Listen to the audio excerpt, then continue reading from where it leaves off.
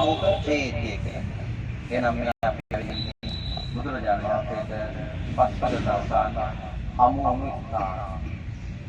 ඈත කියලාම කතා කරා දැනගත්ත පස්වග දවසෝ ආන්න දුෂ්කර්ත්‍යාවත් අත්හැරලා නිවන් දකින්න වීරිය අත්හැරලා ශාරීරික කුෂ්ඨියවත් කරගෙන ආහාර වස්තු අරගෙන ශාරීරික කුෂ්ඨියවත් කරගෙන බුදු වෙන්න බැරිව ගෞතම සිද්ධාර්ථයන් වහන්සේ එනවා අපගේ.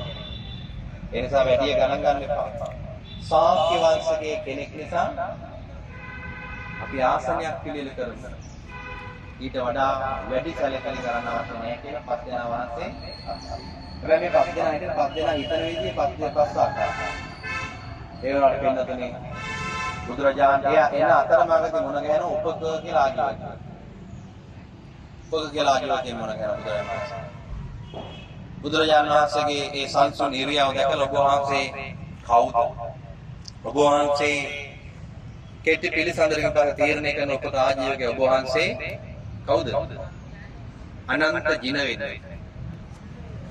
එහෙමයි තමන් වහන්සේ අනන්ත ජින කියලා ඒක අනුමත කළා බුදුරජාණන් වහන්සේ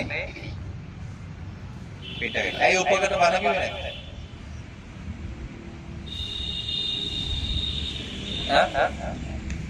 උපකට බණ කිව්වේ නැත්තේ?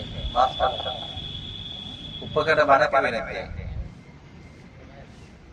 පෙන්වත්නි ඒක තමයි මේක මේ